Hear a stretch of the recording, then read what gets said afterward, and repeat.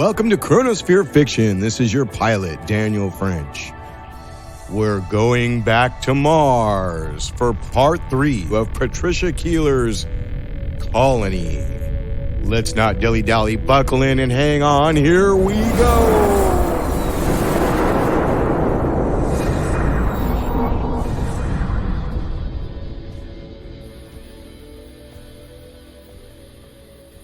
The very next evening, Pani, Skye, and Chase walked along the dimly lit back streets to Klag's home. Pani had deliberately chosen to follow the narrow back streets instead of the more usual and obvious route to the house of her father's advisor. There was less chance of them being spotted by prying eyes following these less frequented alleyways and lanes. Klag's house was an ostentatious palace, very much in keeping with his personality. The little group entered through the back courtyard to avoid being seen. Pani, Skye, and Chase entered through a large gate into an airy, flower-filled courtyard. When they reached the back door, Pani knocked quietly. The door opened a tiny crack. Part of a man's face could be seen. Skye recognized her father's worried eyes immediately. Ah, Dad. On seeing his daughter, Mark Hammond opened the door fully. Now Skye could observe her father.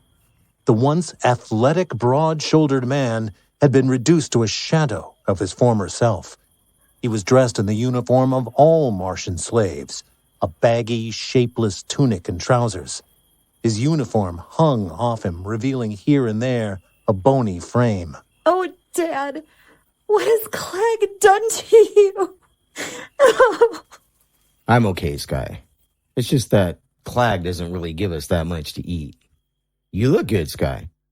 As he spoke, a smile lit up his face, and for the first time since she had arrived, Skye could see something of her father's optimistic and buoyant character reappearing. The Emperor looks after us well. This is Pani, the Emperor's daughter. She arranged this meeting for us. I've heard that the Emperor is just and fair, and now I know that everything I have heard about him is true. Where is my father, Mr. Hammond? A man suddenly appeared from the shadows.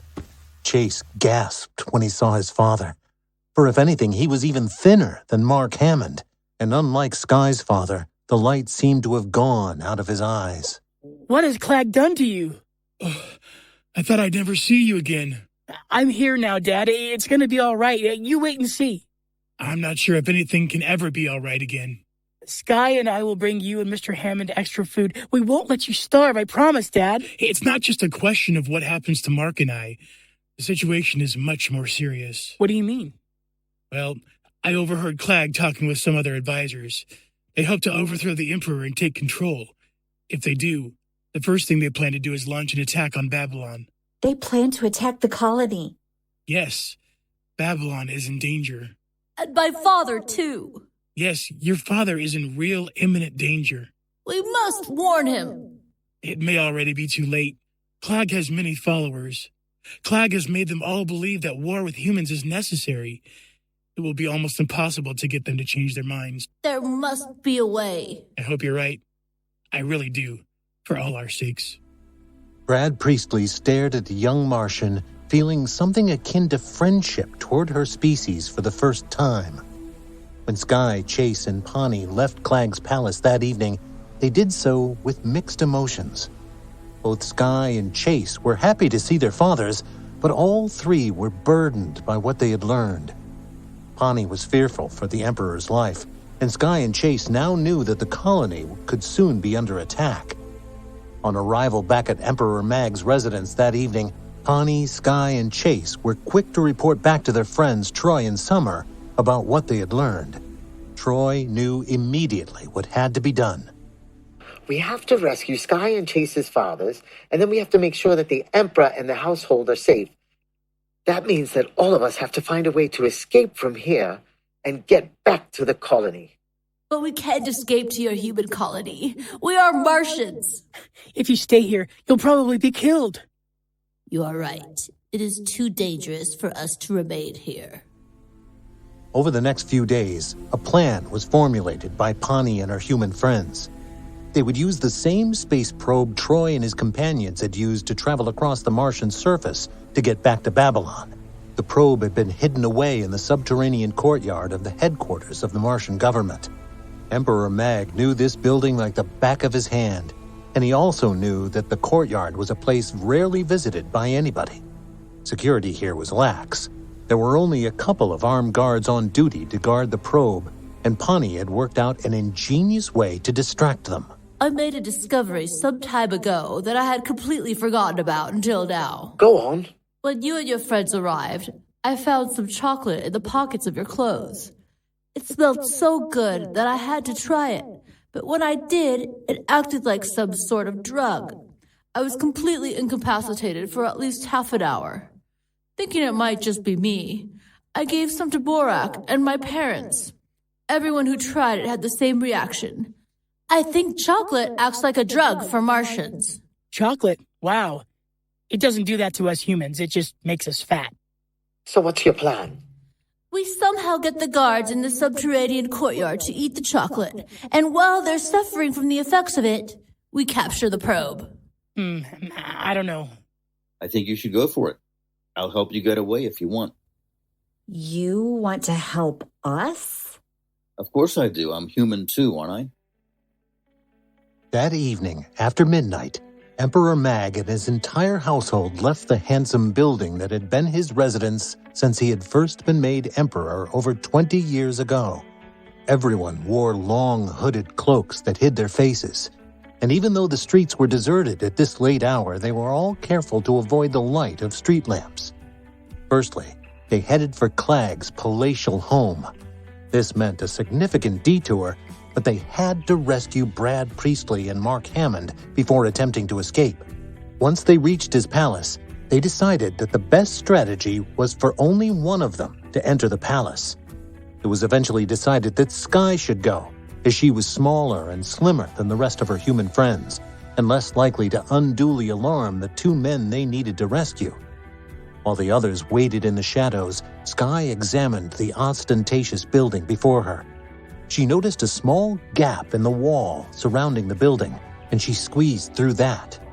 Once in the courtyard garden, she immediately recognized the door leading to the slaves' quarters. She approached it and tried the door handle. It was locked. However, to the right of the door, there was a window which had been left slightly ajar. She slipped her hand inside of it and released the latch. She was thus able to swing her leg over the ledge and enter the building.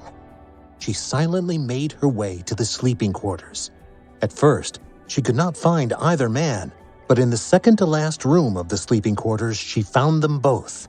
They were sleeping on narrow, uncomfortable-looking bunks. Sky tiptoed over to her father and gently tapped his arm. He woke up with a start. Shh, Dad, it's me. Wake Brad up, we have to go. Mark Hammond got up quickly and silently went over to his friend. He shook his shoulder. Brad Priestley awoke with a gasp. Brad, we have to leave. Brad Priestley was initially very groggy and seemed to take what felt like forever to Sky to get to his feet. He was so weak that Mark Hammond had to put an arm around his shoulder and help him walk. Both men clambered slowly and rather clumsily out of the window. Sky held her breath as Brad Priestley accidentally almost sent a tankard flying off the windowsill. Moments later, they were heading for the wall. The two men were now so thin that they had very little trouble squeezing through the gap in it. Once outside of Klag's palace, the trio rejoined the others who were waiting nearby. Now that Brad Priestley and Mark Hammond were rescued, they were ready to enact the second part of their plan. Keeping to the shadows, Troy and his human and Martian friends silently crept toward the government building. Once there, Pani went ahead down the dark tunnel that led to the subterranean courtyard. Two guards stood by the entrance to the courtyard. Who are you, and what the hell are you doing here? Pani pulled down her hood to reveal her face. Princess Pani? What a pleasant surprise. Pani smiled at him. The guard was obviously attracted to her. She would use this to her advantage. Try some of this. The delicious, irresistible smell of the chocolate wafted into the guard's nostrils. Both guards took a piece and bit into the small, dark squares hungrily. The taste of the chocolate at first was heavenly, the best thing they had ever tasted. But then, they fell to their knees, completely paralyzed and unable to move. Pani motioned to her friends to follow her into the courtyard. Seconds later, they were all running towards the stationary probe. Troy, who was the one most adept at controlling the probe, began to get it ready for takeoff. Unfortunately, the process was taking rather longer than expected. Johnny Martelli glanced through one of the portholes. The guards were beginning to come to their senses. He watched, horrified, as both guards slowly rose to their feet. Without another moment's hesitation, he leapt off the probe and faced the two guards. One of the guards was aiming some sort of laser gun at him. Suddenly and unexpectedly, Johnny Martelli leapt through the air. His leg kicked the laser gun out of the guard's hand. The laser went flying across the floor, and before either guard could reach him, Martelli had picked it up and was aiming the gun straight back at them. How long are you two guards on duty for? Until the morning.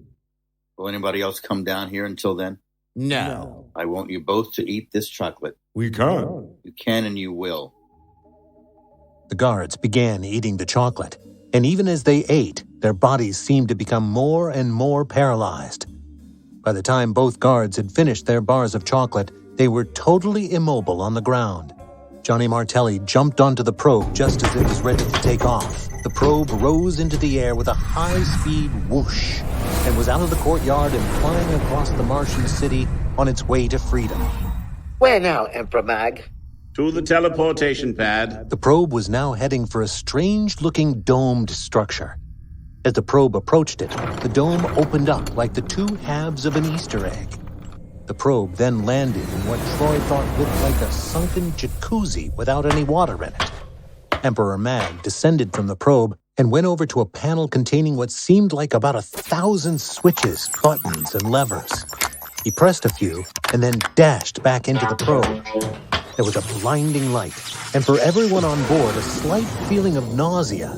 But when Troy gazed out of the porthole seconds later, he realized that they were no longer in the Martian underground city, but on the surface of the planet. Beam me up, Scotty. Where are you taking us now? Home to Babylon. You can't take us to your colony. We'll be killed. No, you won't. I'll find a way to hide you. But you can't keep us hidden away forever. I can keep you hidden until we find a way to solve the situation. Yes. We shall go to your colony. Our lives are now in human hands. An hour and a half later, the probe was approaching the colony's biospheres. To Troy and his friends, the familiar world of the colony beneath its protective domes seemed like an oasis, a Garden of Eden in the midst of an alien and barren wilderness. They could hardly wait to get home. Troy steered the probe through the tunnel and airlocks that separated the outside Martian terrain from the colony within. The probe was now hovering over the verdant forests of the Wild Zone. You won't be able to fly this probe into the center of Babylon. You'll be spotted immediately like that. I will leave the probe here and then use the hover bikes you stashed away on board instead. You can get about 2 or 3 people riding Pillion. Anyway, the Martians are quite small. You should just about make it. You keep saying you. Aren't you coming too, Johnny? No. I want to take my chances here in the Wild Zone. You'll grant me that, won't you? I think we owe it to you to let you stay in the Wild Zone, if that's what you want. It is what I want. If you don't tell the authorities about me being with you, they won't bother coming to search for me here, as they probably gave up looking for me a long time ago. I've got a chance to live here in the wilderness. I don't mind. It's very beautiful, and there'll be plenty to eat. I'll be okay. Are you sure? Absolutely positive. Johnny Martelli watched as the hoverbikes rose into the air and gradually became small dots on the horizon. Then he glanced around the clearing he was standing in, his eyes already searching for something to eat. Troy hoped that the makeshift disguises he had found for his Martian friends would not draw too much attention to them. Each Martian had been given a long hooded cloak. Their smallish stature meant that dressed in this fashion they resembled a group of children. Troy did not need to worry. No one glanced at them at all as their hoverbikes flew across the colony. Before long, they had reached Troy and Summer's home. The rest had been easy. This would be the hard part, getting a family of Martians into their apartment without their parents noticing. It was Troy's plan to smuggle his Martian friends into the empty penthouse apartment just above theirs. The penthouse could only be reached via a staircase in the Robinsons' apartment, and this was the principal reason why the penthouse had remained empty for so long. No one wanted to live in an apartment that could only be accessed via another apartment. Troy aligned his eyes with the identity scanner by the front door. The scanner confirmed the iris pattern as belonging to Troy Robinson, and seconds later the front door automatically clicked open. The apartment was in darkness. It was the very early hours of the morning, and both of Troy's parents were asleep. Troy tiptoed across the apartment toward the staircase. He was followed silently by Summer and Emperor Mag and his family. Sky and Chase had both returned to their own homes with their fathers. Suddenly, Summer tripped over an unseen object in the semi-darkness. She fell to the ground, and as she did so, she knocked over a lamp. There was a loud crash. The lights went on in Dexter and Dana Robinson's bedroom. Dexter Robinson leapt out of bed and ran into the living room. He switched the light on and was confronted by his son and daughter, plus a group of gray-skinned humanoid creatures that definitely looked alien. Troy's father went white and seemed almost to faint with shock and surprise. However, after a second or two, he regained his balance and composure. Where have you been these last few weeks? Your mother and I... we thought you were both dead. We were captured, Dad. By these creatures? By the Martians. They live in underground cities far below the planet's surface, and most of them don't want the colony here on Mars. All of the people who disappeared were captured by the Martians and made into slaves. Summer and I were lucky. We were sent to live with Emperor Mag and his family. They treated us well. Pani, the Emperor's daughter, helped us free Mark Hammond and Brad Priestley, but they discovered that one of Emperor Mag's advisors, Klag, is planning some sort of rebellion against the Emperor, and we now know that an attack on the colony is being planned by Klag and his followers. And this is Emperor Mag and his family? Yes. I have to hide them away until we work out what to do. He and his family are in as much danger as we are. We've got to protect them somehow. But they're Martians. If anybody finds out we're hiding aliens, we'll be arrested and sent to prison or something. You can't send Emperor Mag and his family back there. They'll be treated as traitors by Klag and his cronies. Very well. Against my better judgment, we'll hide Emperor Mag and his family here with us until we manage to formulate some sort of plan to get us out of this fix. It was thus Emperor Mag and his family were installed in the penthouse suite just above Troy's own apartment. Troy ensured that they were provided with food and anything else they might need to live comfortably for a few weeks. Troy, however, was very much aware of time running out. A solution to their problems had to be found soon, but no matter how much he racked his brains, no such solution was forthcoming. One day, shortly after the Martian family's first arrival in the colony, the Emperor's son, Borak, suggested an idea to Troy that at first seemed strange. There's a Martian legend that says that in the last days of strife, a secret will be revealed that will put an end to all hardship and that it will unite worlds. The secret is said to be buried under the Face of Man Mountain. Oh, I know where you mean. Way back in the 1970s, NASA's Viking 1 spacecraft snapped photographs of this weird-looking human face on the surface of Mars. It became known as the Face on Mars. It was in an area we named Cydonia. Later on, it was revealed that the facial features were just a trick of the shadows. It's nothing more than a mountain. Strangely enough, though, it has become the stuff of myth and legend, even within our own culture. It is said that something very important is buried there. What are you saying, Borak? I want to find out what's buried under that mountain. Isn't that a very long shot? We shouldn't be wasting our time with long shots. I know it's a long shot, but do you have any other ideas for now? Well, no. Very well. It's settled then. I will explore that region and see what I can find. I can't let you go it alone. I will come with you. Troy and Borak decided that they would take the hoverbikes down to the Wild Zone, where they would then find the probe they had used before, and then they would travel to the Cydonia region, locate the Face on Mars mountain, find what they were searching for, and return home as fast as possible. It was a plan they needed to carry out in utmost secrecy. No one should know about their intentions, not even Summer, Sky, or Chase, and least of all Troy's parents. They planned to put their plans into action as soon as they could. This would be as soon as they finalized the last details of their plan. Troy decided they should set off the very next morning. In the early hours of the following day, Troy and Borak donned their spacesuits, packed some provisions, a first aid kit, and some safety equipment, and set off on their hoverbikes to the Wild Zone. Troy headed for where he had last seen the probe and Johnny Martelli. At first, when he and Borak hovered overhead, they could not spot the probe. But then Borak thought he saw something metallic glimmering in the sunlight. Troy and Borak flew down for a closer look, and sure enough, it was the probe. Johnny Martelli had covered it with leaves and branches in order to camouflage it. As the boys approached the probe, Martelli came to greet them. Hello. What are you two doing back here so soon? We need the probe, Johnny. Why?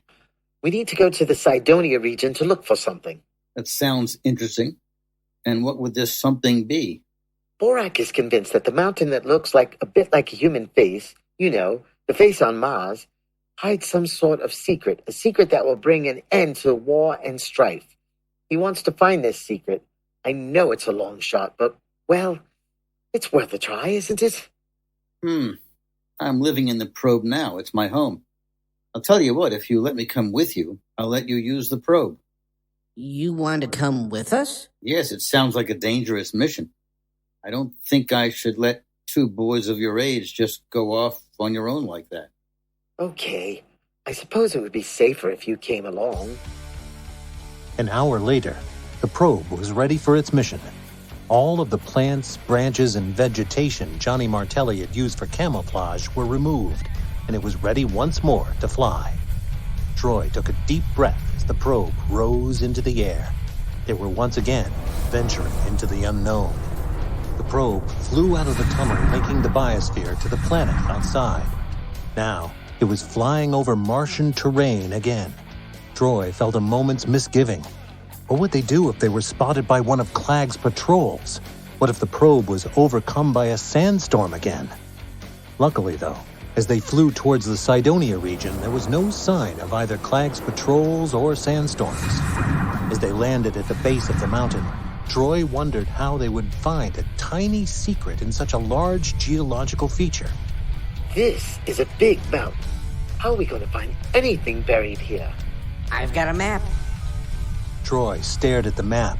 The symbols and writing meant nothing to him, but to Borak they were clear instructions regarding where the secret was buried. Borak studied the map for a while, and then announced in a loud voice, "It's over there." Borak headed for a spot just at the foot of the mountain. Troy and Johnny Martelli followed close at his heels.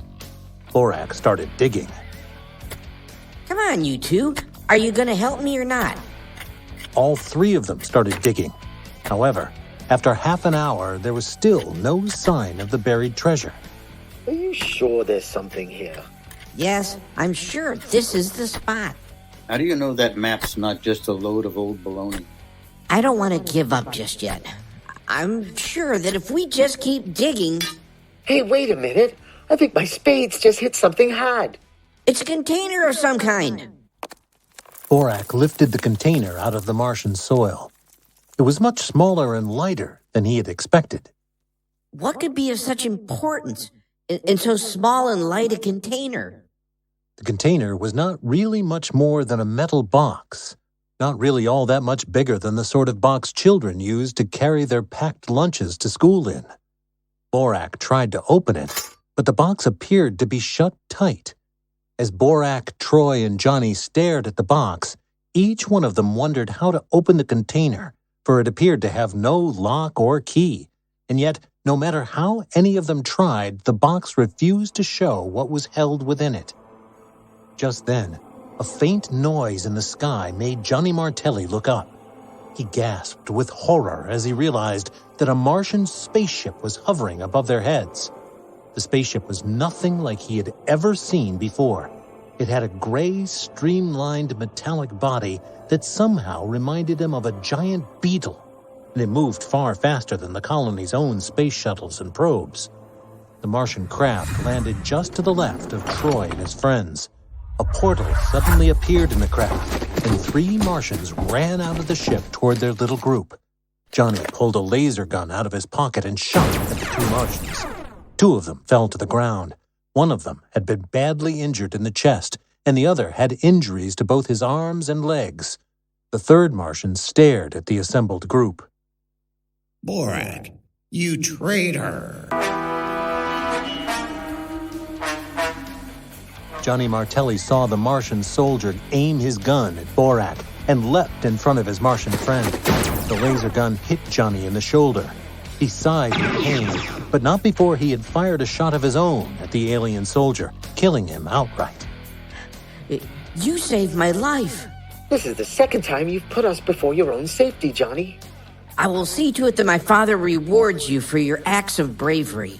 Hey, will you 2 stop jabbering? We need to get out of here before those 2 other soldiers regain consciousness and before they send out another patrol. Moments later, they were back on board the probe and heading toward the colony. Troy found that he now had the difficult task of simultaneously piloting the probe and examining Johnny's wounded shoulder. Luckily, it appeared that the wound was not deep, merely a surface scratch. Troy disinfected it and bandaged it up as best he could. You'll live. You're right. I'm a tough old dog. I'll be just fine. Once inside the biosphere, they headed for the wild zone. As they reached the heart of the forest, Troy tried to persuade Johnny Martelli to return home with him and Borak. Please come with us, Johnny. We need you to help explain about today. I can't. I'm a wanted man, remember? Very well, but we won't forget about what you did today. Troy and Borak got on their hoverbikes and waved farewell to Johnny Martelli as he slowly became a smaller and more distant figure below them. As soon as the boys had disappeared out of sight, Johnny began to cover the probe with leaves and branches again. When Troy and Borak returned to the Robinson family home that afternoon, they found a reception committee waiting for them. Dexter Robinson and Dana Robinson were there, and so were Summer and Emperor Mag and his entire family. And just where the hell have you been? We found something buried under the face of Mars. The legend of the face of man? Yes, this is it. It's in this container. Have you opened it? No. We don't know how to. Emperor Mag stared at the box and then back at his son. He took out his laser gun and fired it at the box. There was a loud hiss as the container snapped open. Father! You could have damaged the contents like that. There is a sequence of symbols that will open that container, but they are long forgotten. Forcing the box open is the only way. Now that the container was open, everyone in the room slowly approached it. Troy stared at the contents of the box together with everyone else. Within the container were what looked like 2 large books. Borak opened the first book and began turning the pages carefully. The pages of the book were almost crumbling to bits with age, and the language used in the book was extremely archaic Martian, but Borak and his father could easily understand the meaning of it. As they read on, Troy stared at his friend and Emperor Mag. Their faces betrayed the shock and amazement they were feeling. What does the book say? It says that many, many thousands of years ago, in a time before time, Martians landed on Earth. They mingled with the then primitive inhabitants of Earth. And before they left, they impregnated a number of Earth women. This cross-speciesing breeding was possible because at this time we had not yet evolved into what we have become today. And humans were exceedingly primitive back then, still living in caves and hunting and gathering. Humans have Martian DNA within them. Oh my God, you're part of us. This changes everything. Borak told me once that the Martians are slowly dying. He told me that you would probably be extinct within 100 years. Yes, this is true, but what are you trying to get at? Well, I was thinking, what if we repeat what happened on Earth thousands of years ago, only this time we do it in reverse? How do you mean? What if we give you Martians our human DNA? Wouldn't that strengthen your deteriorating DNA and save your species from extinction in 100 years' time? It might just work. We wouldn't need to go around impregnating Martian females. It could all be done in the lab artificially, using IVF. I think this could be the solution to all of our problems. We just have to persuade our own people to accept it. I will explain the situation to the government of the colony. I think they will listen when they understand that there are Martian forces ready to go to war with us. Forces that could annihilate us easily because Martian technology is centuries ahead of our own. Trying to persuade Klag and his followers may be an altogether more difficult task, but I do think we can make them listen. Who can you send to Klag and his cronies? I don't know. I will go, Father. No, you can't. It's too dangerous. I'll go with him, but only if you allow Johnny Martelli to accompany us. The same Johnny Martelli who was wanted for the assassination of Senator McFerguson? He's not a bad man, Dad. He killed the senator because of the things McFerguson did to his family. Johnny Martelli saved our lives twice. He's actually very brave. I'd be dead if it wasn't for him. Very well, then. Martelli can accompany you. Dexter and Dana Robinson were not at all happy about their son going into such a dangerous situation with Emperor Mag's son and a wanted criminal. But they knew better than to try and stop him, for they knew that once Troy had decided to do something, nothing in the universe would make him change his mind. Preparations for Troy, Borak, and Johnny Martelli to be sent as envoys to the Martians began. In the meantime, Dexter Robinson arranged a meeting with Senator Black, the man who had been chosen to replace Senator McFerguson. At first, Senator Black did not believe what Dexter was telling him. However, when he came face to face with Emperor Mag and realized just how much more advanced Martian technology was, he was slowly persuaded that some sort of alliance between humans and Martians was necessary to avoid war and the destruction of the colony. This part of the plan was relatively easy to achieve, but everyone involved was acutely aware that trying to persuade Klag and his followers would not be nearly as simple. When the time finally came to put their plan into action, everyone was there to see off Troy, Borak, and Johnny Martelli. Emperor Mag, his wife Tessa, and his daughter Pani bid a tearful farewell to Borak. Please, take care of Borak.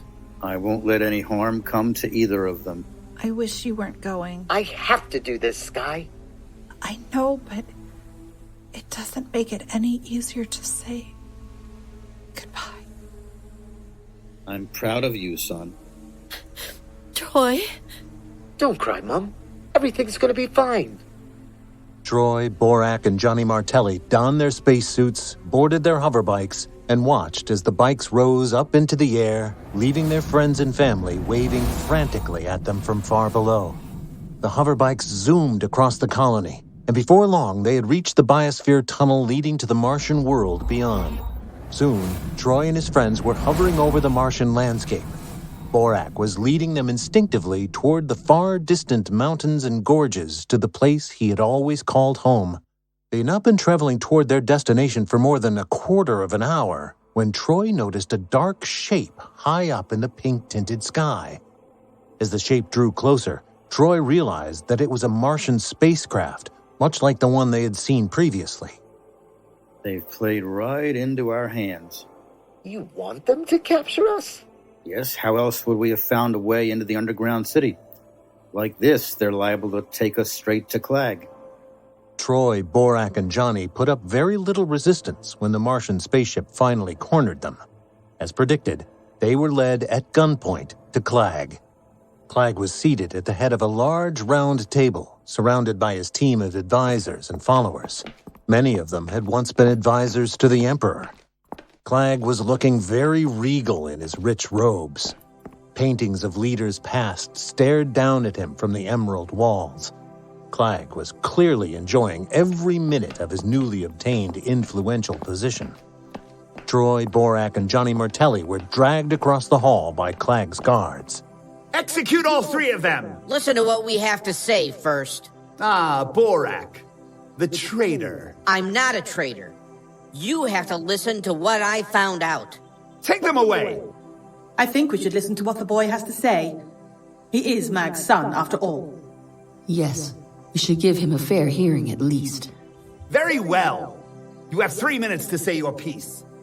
Better make it snappy. I'm sure you are all aware of the legend of the Face of Man Mountain. It is said that a secret is buried beneath that mountain. Troy, Johnny, and I found a box hidden there. Within this container was an ancient book, and this book spoke of something that had happened in our distant past. It stated that many centuries ago, when we were still young as a race, we visited Earth, mingled with the then primitive humans, impregnated their women, and then left. Mankind has Martian DNA. Humans are part of us. We can't destroy them. Even if what you say is true, it was obviously a very long time ago. They are our enemies now. I don't know. This does change things. Rubbish! I think we should still go ahead with our plan.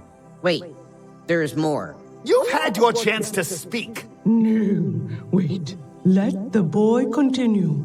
It would be scientifically possible to obtain human DNA and use it to revive our rapidly deteriorating DNA. After all, we once gave them part of our DNA. Now it is their turn to help us by giving us part of theirs. Human DNA can help us, otherwise we will face extinction in the near future. Kill Borak and the 2 humans too! No, the boy speaks sense.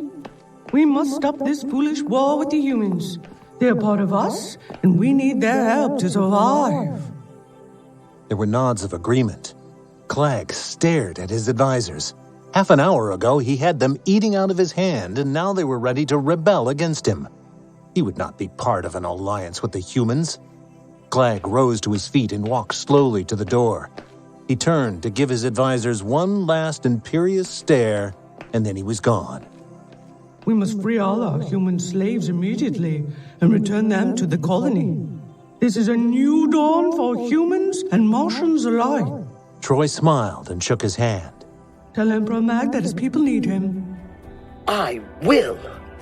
Roughly a week after Troy, Borak, and Johnny Martelli were sent as peace envoys to the Martians, a special celebratory meal was held. Guests included Troy and his family and friends, Emperor Mag and his family, as well as Senator Black and various important government officials, and Emperor Mag's advisors were also in attendance. Senator Black stood on a podium and spoke first. Today is a great day in the history of mankind. It is a day when we reach out and embrace another alien race. And yet, in a way, the Martians are part of us, as we are of them. I want all present to know that we are going to build a better world on Mars for both humans and Martians. Together, we will terraform the planet and make it habitable. Years from now, there will not be Martians and humans living in 2 separate places, one above the planet in a biosphere and one in underground cities, but just the one species on a beautiful, lush green planet. We will all be Martians in a way, and this will be our home. The senator sat down, and Emperor Mag took to the podium. He was dressed in his finest ceremonial gown, and despite his small stature and alien appearance, Troy thought that he cut an impressive figure. Senator Black has already expressed what we all feel, so I would just like to add on a personal note that I am extremely grateful to Troy Robinson and his family and friends for all the help and support they have given me. Were it not for them, my family and I would, in all likelihood, either be in prison or dead. And perhaps more importantly, we might never have discovered the truth, our shared truth, and our shared solution. I owe you all so very much. And there is one man who is not present here today, to whom we all owe a great debt. for he saved our lives not once, but twice. He is a man of courage. I am speaking of Johnny Martelli. Martelli is a wanted man, an assassin. I know. I ask that despite this, you grant him his freedom. I ask that he is not punished for his crime. I cannot grant that. He must be punished in some way. Then exile him from the colony. I will take him in. He will be one of my advisors. Please, Senator Black. Johnny Martelli did something very wrong, but he was provoked, and he's not a bad man, really. In fact, I think he's one of the bravest men I ever met. Very well. I agree. That evening, Troy walked home to the Robinson apartment. His mother and father hung back some way behind. Troy, Summer, Sky, and Chase walked on ahead. Troy had his arm around Sky's waist. I'm glad I came to Mars. I've made so many new friends. Chase, Borak, Pani, and you. Troy kissed Sky tenderly on the mouth. He looked up. A rust-colored sunset lit up the horizon. It has its own beauty, doesn't it? Troy stared at the tall buildings of Babylon reaching up like fingers to touch the roof of the biosphere. The whole of the colony was bathed in gentle rose-colored light, and beyond the biosphere he could just make out the red, desert-like Martian landscape. Yes, it does. It's very beautiful. Troy took in every detail of this world that had at first seemed so alien, but which now felt like he belonged to completely.